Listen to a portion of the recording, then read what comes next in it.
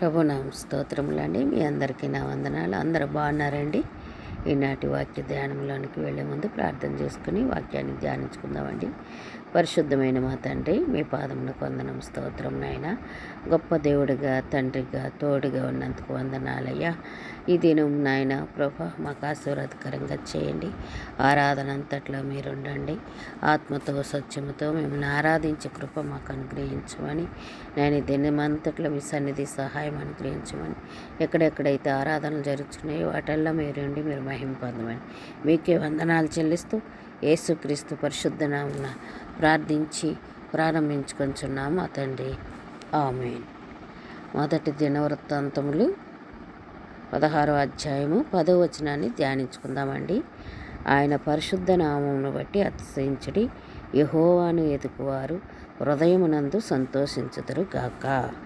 ఇక్కడ వాక్య భాగంలో మనం చూస్తే ఏమని వ్రాయబడి ఉన్నదో మనం చూస్తూ ఉన్నామండి. ఆయన పరిశుద్ధ నామమును బట్టి అతిశయించాలని, యెహోవాను ఎదుకువారు హృదయమునందు సంతోషిస్తారని వ్రాయబడటం మనం చూస్తున్నాం. ఆయన పరిశుద్ధ నామమునందు అతిశయించుడి అని వ్రాయబడటం మనం మొదటిగా చూస్తున్నాం. ఇక్కడ అతిశయించుట అంటే గర్వపడుట కాదు, కానీ దేవుని మహిమపరుస్తూ ఆయనను ప్రకటిస్తూ ఆనందించటం అని మనం వాక్యం ద్వారా తెలుసుకుంటున్నాం. దేవుని నామము పరిశుద్ధమైనది, శక్తివంతమైనదని మనం గమనించాలి. మన బలం, మన గుణాలు కాదు, దేవుని నామమే మన గొప్పతనంగా మనము తెలుసుకోవాలి. మన జీవితం దేవుని కృప వల్లే నిలుస్తుందని మనం నమ్మాలి. కాబట్టి మనం మన గురించి కాకుండా దేవుని గురించి గొప్పగా చెప్పుకోవాలి అని ఇక్కడ వాక్యము మనకి తెలియపరచబడుతుంది. యెహోవాను ఎదుకువారి హృదయం సంతోషించునని రెండవదిగా చూస్తూ ఉన్నాం. దేవుని ఎదగటం అంటే ప్రార్థనలో ఆయనను ఆశ్రయించటం అని తెలియపరచబడుతుంది.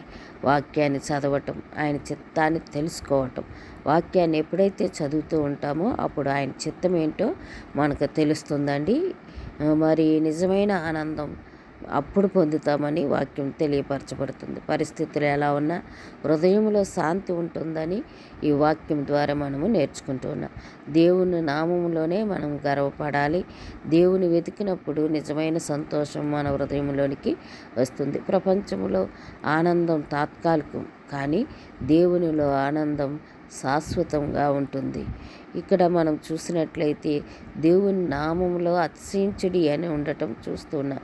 మనుషులు తమ సంపదలు, మరి తన స్థాయిలో, తనకున్న వాటిలో దేన్నో చూసి అతిశయిస్తారు. కానీ వాక్యం మనకు చెప్తుంది ఏంటంటే దేవుని నామములోనే అతిశయించుడి అని చెప్తుంది. ఎందుకంటే మన బలం మారుతుంది, మన స్థితి మారుతుంది, కానీ దేవుని నామం ఎప్పటికీ మారదు అని వాక్యం మనకి తెలియపరచబడుతుంది.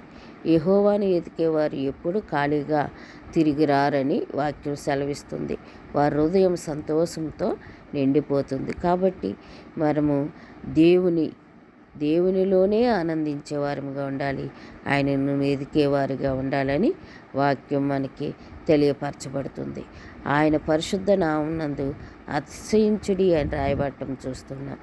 ప్రపంచంలో ప్రతి మనిషి ఏదో ఒక దానిలో అతిశయిస్తాడు, కానీ ఎవరైనా ధనములో, ఎవరైనా విద్యలో, ఎవరైనా అధికారములో, ఇంకా వారికి ఉన్న స్థితిలో, స్తోమతలో దేన్నో చూసి మరి మానవులు అతిశయించటం మనం చూస్తున్నాం. అయితే దేవుని యందు ఆనందించేవారు, దేవుని వాక్యం మనకు గొప్ప సత్యాన్ని చెప్తూ ఉంది. ఆయన పరిశుద్ధ నామమునందు అతిశయించుడి అని అంటే నీ గొప్పతనం నీలో కాదు, నీ దేవునిలో ఉందని నువ్వు గ్రహించాలి. దేవుని నామములో అతిశయించటం అంటే ఏమిటో మనము నేర్చుకుందాం. పరిశుద్ధ నామం అంటే దేవుని స్వభావము, ఆయన శక్తి, ఆయన మహిమ ఇక్కడ మనకి కనబడుతూ ఉంది. మోసే సముద్రం ముందు నిలిచినప్పుడు, దావీదు గొలియాతు ముందు నిలిచినప్పుడు వారికి తమకి వాటిని ఏమీ చేయలేని వారేమైనా బలవంతులని కాదు, వారు ఏదో చేయగలరని కాదు, కానీ దేవుని నామమును బట్టి మరి దావీదు చెప్తూ ఉంటాడు కదండి. ఏమంటాడంటే, సైన్యములకు అధిపతియగు యెహోవా, జీవము గల సైన్యములకు అధిపతి యెహోవాను ఎదిరించుటకు ఈ సున్నతులైన ఫిలిష్తీయుడు ఎపాటివాడు అంటాడు. అంటే బాలుడైనప్పటికీ కూడా దేవుని నామాన్ని బట్టి అతిశయించటం మనం చూస్తున్నాం. మరి మోషే కూడా సముద్రం ఎదుట సముద్రం వెనక శత్రువుడు మరి వెంబడిస్తున్నప్పుడు సముద్రము ముందు వచ్చింది, వెనక శత్రువులు వచ్చారు. అయినా మోషే బెదిరిపోయినట్లుగా మనం ప్రజలందరూ సనిగారు, కానీ మోషే అయితే దేవుని నామాన్ని బట్టి అతిశయించినట్లుగా తన కర్రను సముద్రం మీద పెట్టినప్పుడు అది విడిపోయినట్లుగా చూస్తాం.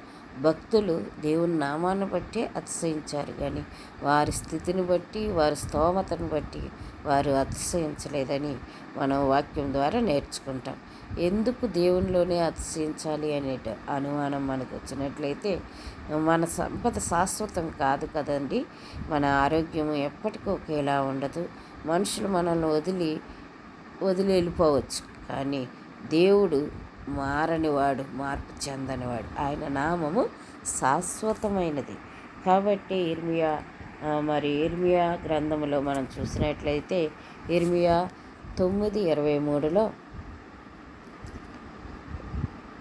ఇర్మియా 9:23లో మనం చూస్తే అక్కడ రాయబడి ఉంటుంది, యెహోవా ఇలాగ సెలవిచ్చుచున్నాడు, జ్ఞాని తన జ్ఞానమును బట్టి, సూర్యుడు తన శౌర్యమును బట్టి అతిశయింపకూడదు, ఐశ్వర్యవంతుడు తన ఐశ్వర్యమును బట్టి అతిశయింపకూడదు. అతిశయించువాడు దీనిని బట్టి అతిశయింపవలనగా భూమి మీద కృప చూపుచు నీతి న్యాయములు జరిగించుచున్న యెహోవాను నేనే అని గ్రహించి నన్ను పరిశీలనగా తెలుసుకున్నట్టుని బట్టి అతిశయింపను. అట్టి వాటిలో నేను ఆనందించువాడునని యెహోవా సెలవిచ్చుచున్నాడు. చూడండి, మానవుడు దీనిని బట్టి అతిశయించకూడదని ఇక్కడ స్పష్టంగా రాయబడి ఉండటం చూస్తున్నా. జ్ఞానాన్ని బట్టి అతిశయించకూడదు, శూరత్వాన్ని బట్టి అతిశయించకూడదు, తన శౌర్యాన్ని బట్టి అతిశయించకూడదు, ఐశ్వర్యవంతుడు తన ఐశ్వర్యాన్ని బట్టి అతిశయించకూడదు. అతిశయించేవాడు దేన్ని బట్టి అతిశయించాలంటే భూమి మీద కృప చూపుచు నీతి న్యాయములు జరిగించుచున్న యెహోవాను నేనే అని గ్రహించి, దేవుడే అని మనం గ్రహించి పరిశీలనగా, అంటే వాక్యం ద్వారా మనం పరిశీలనగా చదివి గ్రహించి తెలుసుకోవాలని, అప్పుడు దేవుని బట్టి మనం అతిశయించే వారముగా ఉంటాము. అంతేకాదండి, దేవుని బట్టి మనము ఆనందించే వారముగా ఉంటామని ఇక్కడ వాక్యం మనకి తెలియపరచబడుతుంది. జ్ఞాని తన జ్ఞానమునందు అతిశయింపకూడదని, యెహోవాను తెలుసుకునేటలో ఉన్న ఆనందాన్ని మనము చూసి అతిశయించాలని రాయబడటం చూస్తున్నాం. అంతేకాకుండా ఇక్కడ గొప్ప రహస్యం ఒకటి ఉందండి, యెహోవాను ఎదుకు వారి హృదయం సంతోషించును అని చూస్తాం. దేవుని వెదకని వారు బయట నవ్వుతారు, కానీ లోపల వారికి దుఃఖమే ఉంటుంది. దేవుని ఎదిగిన వారు ఎదకని వారికి, ఎదిగేవారికి వెతికేవారికి ఉండే లక్షణాలు. బయట సమస్యలు ఉండొచ్చు, వెతికేవారికి అనేక రకాలైన పరిస్థితులు ఉండొచ్చు, కానీ హృదయంలో మాత్రము ఎప్పుడు ఆనందము కలిగి ఉంటారని వాక్యం సెలవిస్తుంది. పౌలు మరియు శీలలు జైల్లో ఉన్నప్పుడు వారు దేవుని స్తుతించారు. ఎందును బట్టి పైకి చూసేవారికి వారు ఖైదీలయ్యారు, జైల్లో ఉన్నారు, బొండలేశారు. వారి పరిస్థితి చాలా ఘోరంగా ఉందని చూసేవారికి అనిపిస్తుంది, కానీ జైల్లో ఉండి వారు దేవుణ్ణి స్తుతించినట్లుగా మనం చూస్తాం. పరిస్థితులు ఎలాగున్నా దేవుని యందు ఆనందించటం మనము దేవుని సన్నిధిపై ఆధారపడిన వారిని బట్టే మనం తెలుసుకోగలుగుతాం. దేవుని ఎతకటం ఎలా అని మనము ఆలోచించినట్లయితే మనం ఎలా ఎతకొచ్చండి?